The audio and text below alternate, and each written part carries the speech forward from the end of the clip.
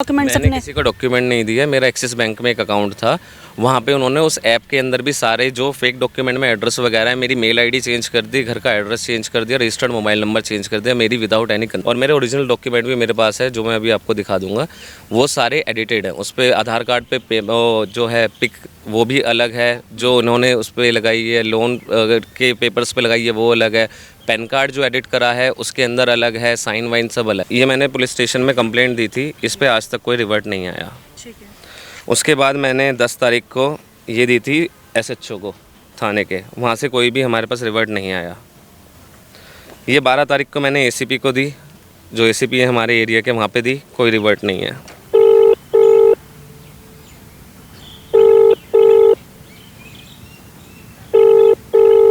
आपके द्वारा डायल किया गया नंबर।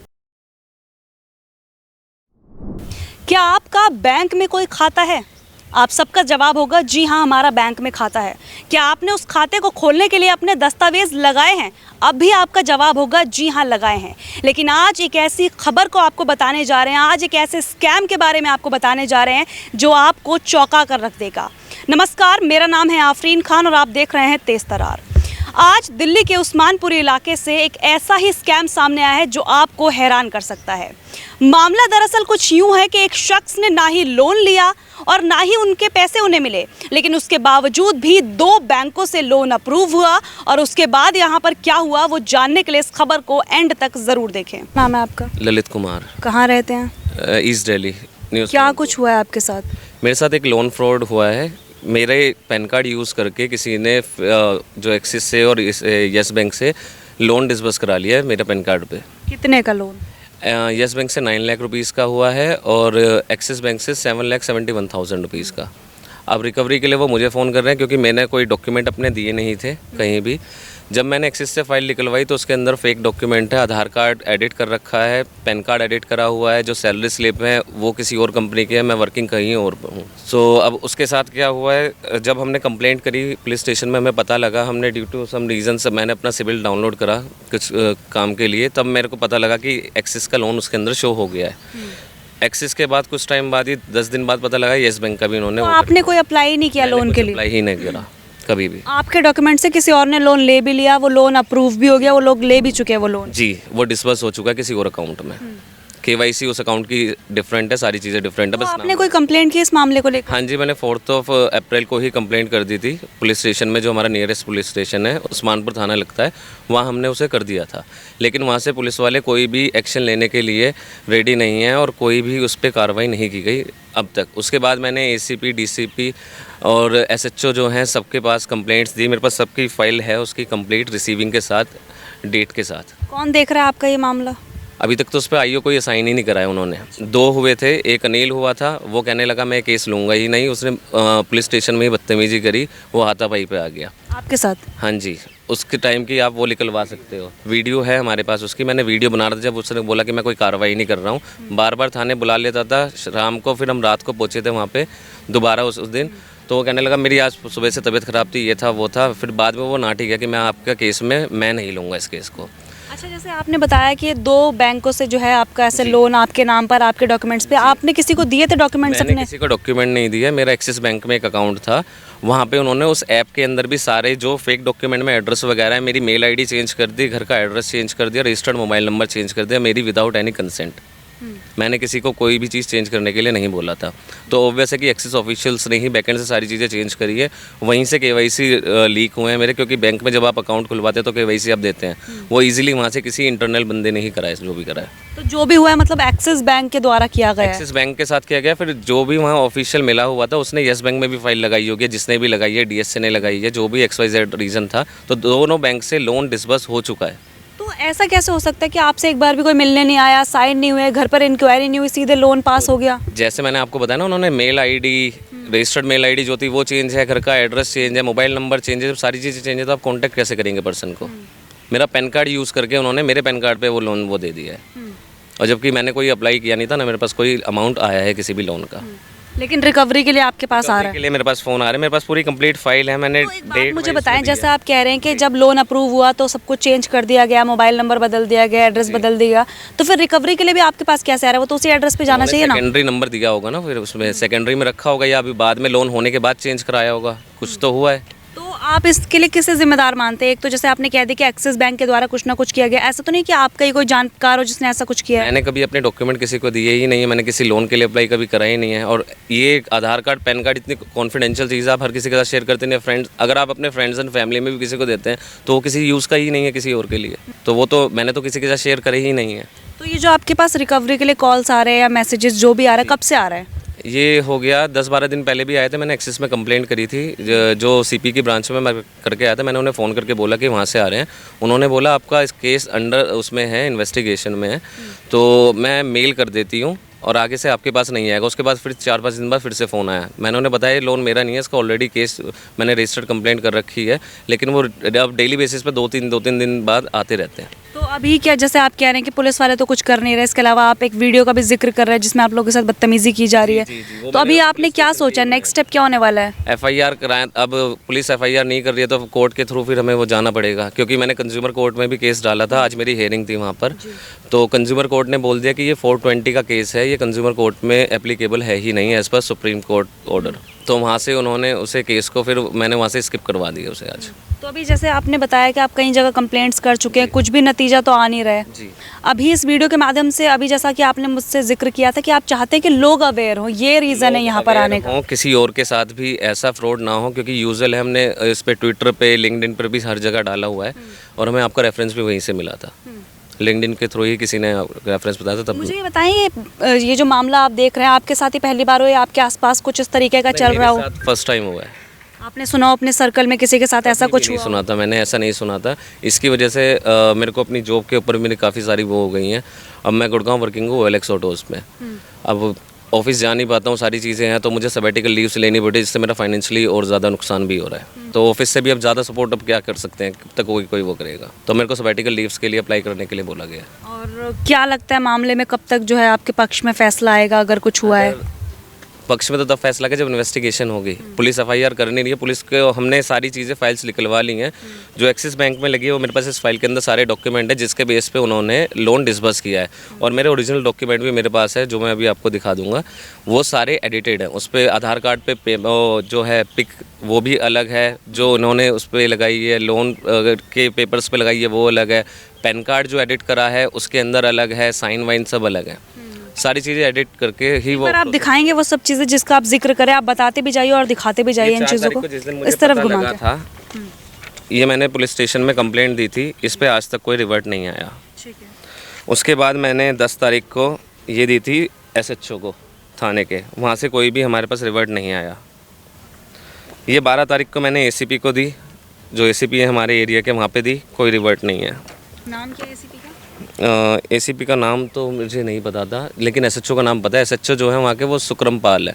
ठीक है। ये मैंने DCP ऑफिस में दी थी 17 तारीख को, फिर उन्होंने मुझे 21 को बुलाया था दोबारा, तब जाके ये रही उसकी DCP ऑफिस की। यही मैंने येस बैंक में कंप्लेंट दी थी 24 तारीख को कि मेरा कोई लोन नहीं है और आप इसके ऊपर इन्वेस्टिगेशन कीजिए, किसने फ़ाइल लगाई है, कहाँ से आपके पास डॉक्यूमेंट आए हैं, मुझे एक बार आप बताएं। ये 28 तारीख को मैंने दोबारा से रिमाइंडर दिया अप्रैल में ACP ऑफिस में कि कोई भी इतनी सारी शिकायतें कर दी हैं लेकिन कोई नतीजा नहीं आ रहा है। जी। और ये जो मैंने फाइल निकलवाई है एक्सिस बैंक से, ये है आधार कार्ड जो उन्होंने फेक आधार कार्ड लगा के फ़ोटोज़ चेंज है। क्या नाम लिखा है? ललित कुमार नाम मेरा है, फादर नेम, सारी चीज़ें आधार जो बेसिकली डिटेल्स यूज़ हुई हैं वो सारी डिटेल्स यूज़ हुई हैं। इसके अंदर ये फ़ोटो फेक है, किसी और की है, ये साइन उन्होंने एडिट करना है, ये किसी और के है। और जब भी आप लोन कभी पास कराने जाते हैं, किसी भी उसमें जाते हैं, जो आपके पैन कार्ड पे साइन होते हैं सेम करने होते हैं। अब आप देख सकते हैं पैन कार्ड पे क्या साइन उन्होंने करे हुए थे, और फाइल जब लॉगिन करी है तो उसके ऊपर क्या साइन है, तो ये पास होनी ही नहीं चाहिए थी, फाइल पहले ही रिजेक्ट हो जाती। ये आधार कार्ड है, इसके अंदर ये भी फेक है, लास्ट के 2 डिजिट इन्होंने मेरे आधार के यूज़ करे हैं, एड्रेस इसमें गलत है, एनरोलमेंट नंबर गलत है, VID नंबर गलत है इसके अंदर। ये फ़ोटो भी आप देख सकते हैं किसी और की है। ठीक है। ये फेक अकाउंट है जिसके अंदर इन्होंने ललित कुमार के नाम से ही वो अकाउंट बनवाया, और ये है मुखर्जी नगर में। इसके अंदर केवाईसी बिल्कुल डिफरेंट है, फादर नेम सारी चीज़ें, आधार कार्ड पैन कार्ड सब गलत लगी हुई। हमने बैंक को अप्रोच किया था, वहाँ से हमने ये सारी इन्फॉर्मेशन ली। ये अकाउंट खुला था अगस्त इसमें सितंबर में। इसकी सैलरी स्लिप और जो उन्होंने वो दिखाई है, इस पर आपका स्टेटमेंट दिखाई है, वो अगस्त से दिखाई है। जब अकाउंट था ही नहीं तो आपने कैसे वो कर दिया। और आपने एक्सिस बैंक में अकाउंट कब खुलवाया था? वो मेरा सैलरी अकाउंट था जस्ट डायल का। हाँ, वो यूज़ नहीं होता क्योंकि मैंने जॉब चेंज करी तो वहाँ दूसरा अकाउंट मिला, तो मैंने वो डोरमेंट अकाउंट तो मैं यूज़ ही नहीं करता था उस पर कभी। ये फेक उन्होंने कोई ये लगाई है सैलरी स्लिप से किसी लूकस सर्विस, वो लूकस इंडिया सर्विस लिमिटेड की, जहाँ की मैं वर्किंग हुई ही नहीं। ठीक है। मैं किसी और कंपनी में वर्किंग। मतलब इतना बड़ा जो पूरा घपला देखने को मिल रहा है कि आपके सिर्फ नाम है, बाकी चीज़ें डॉक्यूमेंट चेंज कर दिए। आप ये देखेंगे जो लोन एप्लीकेशन फॉर्म है, नाम ललित कुमार, अनिल कुमार, फादर नेम अनिल लिख दिया, मदर नेम यहाँ पे गलत है, ये एड्रेस गलत है, ये मोबाइल नंबर मेरा नहीं है, ये जो अपडेट हुई है एक्सिस के अंदर ये वही वाली मेल आईडी है। ठीक है। ये सारी चीज़ें गलत हैं इसके अंदर। ये एड्रेस उन्होंने जो ऑफिस का एड्रेस दिखाया है संजय गांधी ट्रांसपोर्ट नगर का, ये भी नहीं है क्योंकि सारी चीज़ें ही फेक हैं। ये दो उन्होंने कोई गारंटर थे उनके, ये देखिए फ़ोटो जब लोन की फाइल पे लगी, ये मेरा है ही नहीं। ठीक है। ये सब आपने कहाँ से निकलवाई जो डिटेल्स? यस बैंक उससे, एक्सिस बैंक से। ये रही एक्सिस बैंक की रिसीविंग 3 तारीख की। 3 तारीख को मैंने पहले एक्सिस बैंक में जाके कंप्लेंट करी है, उसके बाद मैंने 4 तारीख को उस्मानपुर थाने में करी है अपने वहाँ के। आपको इस बात का पता कैसे चला कि आपके नाम पर इतना बड़ा जो घपला है वो हो चुका है?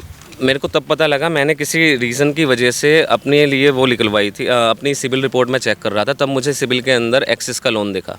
और उसके बाद जब इन्वेस्टिगेशन के लिए मैंने ये डाला था, और तो रेगुलरली वो मुझसे मांग रहे थे कि सिविल रिपोर्ट दो। जब मैंने 7-8 दिन बाद निकलवाया तो उसके अंदर येस बैंक का भी शो हो गया 9 लाख का। और फिर मैंने वो चीज़ जाके कंफर्म करी उसकी येस बैंक की लोन ब्रांच पे, तो उन्होंने कहा आपके नाम पे लोन है और सेम यही वाले डॉक्यूमेंट लगे हुए हैं। उन्होंने क्रॉस चेक करके अपने सिस्टम पे देखा था। तो मतलब दोनों बैंकों में एक ही तरीके से घपला किया गया है, आपका नाम इस्तेमाल किया गया है, बाकी डिटेल्स चेंज। हाँ जी, बाकी सारी चीज़ें चेंज है, मेरा पैन कार्ड यूज़ हुआ है। अच्छा, ये जो आपका लोन अप्रूव हुआ है एक्सिस बैंक वाला, ये कौन सी ब्रांच से हुआ है? एक्सिस बैंक हुआ है जनकपुरी ब्रांच से।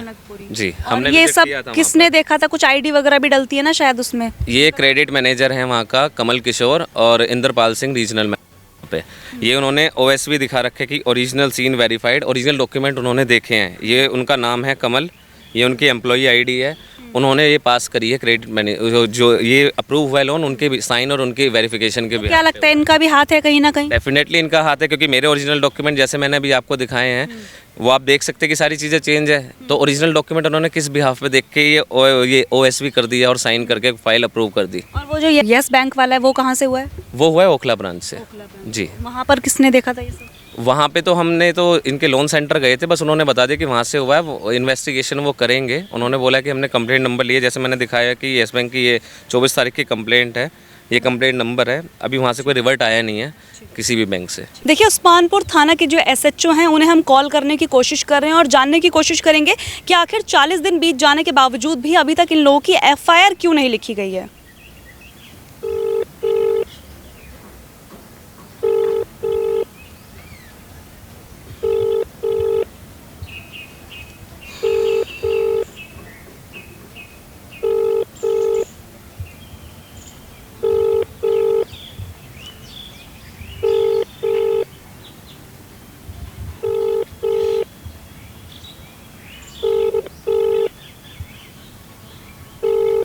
आप जिस व्यक्ति को कॉल कर रहे हैं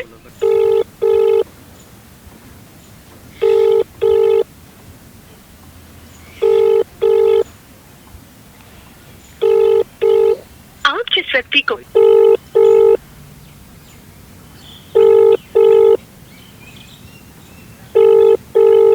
आपके द्वारा डायल किया गया नंबर। देखिए, 3 से 4 बार जो है कॉल मैंने मिलाकर देख लिया है, लेकिन अभी तक वहाँ से कोई रिस्पांस आया नहीं है। इसी वजह से उनकी तरफ का क्या कहना है वो आपको दिखाने में यहाँ पर हम असमर्थ हैं, लेकिन फिर भी मैं कोशिश करूँगी उनसे बातचीत करने की और इस बात की जानकारी चाहूँगी कि आखिर 40 दिन बीत जाने के बावजूद भी इस मामले की कोई एफआईआर अब तक रजिस्टर क्यों नहीं की गई है। तो देखिए, जिस तरीके का ये मामला सामने आया है, आप और हम हर किसी के पास बैंक अकाउंट होते हैं, हर किसी के पास ये जो दस्तावेज़ होते हैं, लेकिन अगर उनका इस तरीके से गलत तरीके से इस्तेमाल किया जाए तो आप खुद अंदाज़ा लगाइए कि कितना ज़्यादा रिस्की है।